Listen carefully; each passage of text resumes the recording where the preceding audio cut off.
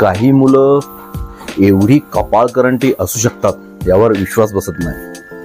असो, आपण बोलतोय पुण्यातल्या या अपघातासंबंधी।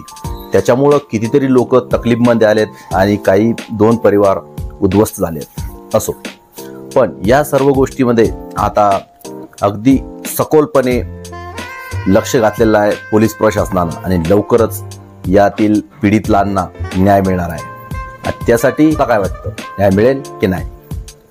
जे गाडी चालवत होता त्यांचे ब्लड सॅम्पल ससून हॉस्पिटलचे डॉक्टरनी घेतली आणि ते डस्टबिन मध्ये फेकली।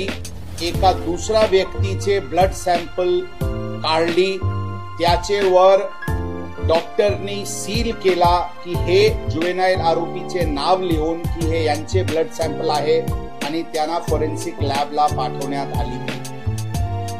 ही